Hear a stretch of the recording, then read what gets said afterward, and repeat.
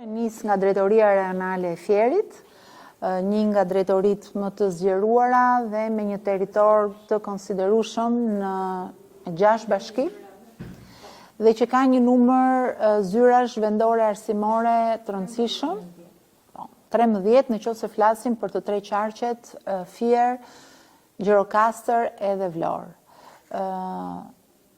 Kemi nisur vitin shkollor me një masa shtreja, duke filluar që nga zbatimi i kodit etik për mësuesit, të cilin dua ta diskutojmë nga afër, por jo vetëm me rregullin e rrept të mos përdorimit dhe të mos mbajtjes së celularëve për nxënësit gjatë orës mësimit, rregull të cilin pavarësisht se deri diku e kemi pasur, por nuk e kemi zbatuar me aq rigorozitet. Udhëzimi i ministrit këtë vit në mënyrë taksative e ndalon përdorimin e telefonit gjatë orës mësimit dhe gjatë ditës së mësimit, por sidomos kemi programet e reja që kanë të bëjnë në radhë të parë me shpërndarjen gjithmonë më të madhe nëpër shkolla të teknologjisë së informacionit, për të cilat tashmë kemi nisur dhe kurrikulat e reja për klasat e para, 2-ta, 3-ta dhe të 4-ta, shpërndarja e teksteve dhe manualeve të përdorimit si për mësuesit dhe për fëmijët. Fillojmë dhe përgatitemi për kurrikulat e reja për klasën e parë, të 6 dhe të 10,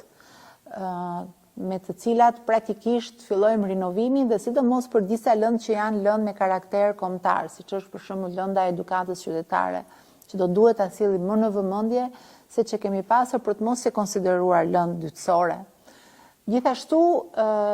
e kam shumë të rëndësishme edhe përgatitjen e disa aktiviteteve të cilat vërtet nuk janë brenda kurrikulës qendrore, asaj që është e detyrueshme, por janë po kaq të rëndësishme dhe të cilat ne do t'i vëmë prioritet. Programi Art e Zeje, programi Qendër Komunitare, programi Të bëjmë detyrat e shtëpisë, janë iniciativa që Ministria e Arsimit në 10 vitet e fundit i ka iniciuar për 2 qëllime. E para, për të krijuar brenda shkollës një frymë që shkon përtej detyrimit, disiplinës, asaj që shihet paksa si disiplinë, por edhe për të krijuar një frymë ku komuniteti, ku familjet, ku aktorë të tjerë lokal, siç mund të jenë bashkitë apo siç mund të jenë bizneset, të kthehen dhe të bëhen bashkëpunëtor më të rëndësishëm të shkollës. Programi Ekipe Sportive ka qenë një programet e suksesshme të kësaj natyre.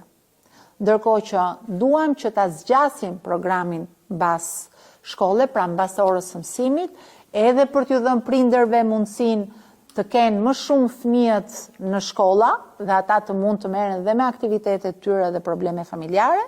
por edhe ne t'i mbajmë më shumë fëmijët në programe edukimi, që nuk është vetëm ajo që është taksative, detyrueshme, që vlerësohet me një notë dhe që krijon një tjetër lloj tensioni ke fëmijët tek nxënësit, por të japim edhe një frymë tjetër bashkëpunimi që krijon të tjera praktika dhe art e zeje, të cilën ne do ta rishikojmë, do bëjmë një analizë të kësaj përvoje 3 vjeçare apo 2 vjeçare që është ndërtuar në disa shkolla, për ta rikthyer në një përvojë që në radhë të parë t'japi jo vetëm edukim, po t'japi edhe kënaqësi. Tani kjo është një detyrë që nuk bëhet vetë, kjo është një detyrë që po nuk e kuptuam ne vetë. Mësuesit, drejtorët e shkollave, kjo gjë nuk mund të jetë e suksesshme. Na rezulton që është më e suksesshme atje ku ka një drejtues shkolle pasionant, ku ka një mësues që këtë punë e bën me qef, dhe jo thjesht sepse e ka në program për ta bërë. Prandaj, po nuk e lidhëm programin Art e Zeje, të cilët do t'i kushtojmë një vëmendje të veçantë, duke identifikuar nga ju, nga drejtorët e shkollave, nga mësuesët dhe nga familjet, nga prindrit, cila është gjëja që ju pëlqen më shumë fëmijëve, si praktik,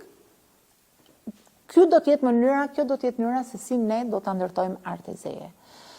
Dhe sigurisht do të shohim bashkë gjithë problemet që kanë të bëjnë me organizimin, me shkollat të cilat janë në kantier, një pjesë e shkollave tuaja sapo janë rinovuar, një pjesë janë në kantier e sipër. Kemi programin për t'i pajisur edhe me laborator dhe me biblioteka. Do të kalojmë të shikojmë të gjitha këto, bashki, zyrë më zyrë, shkollë më shkollë.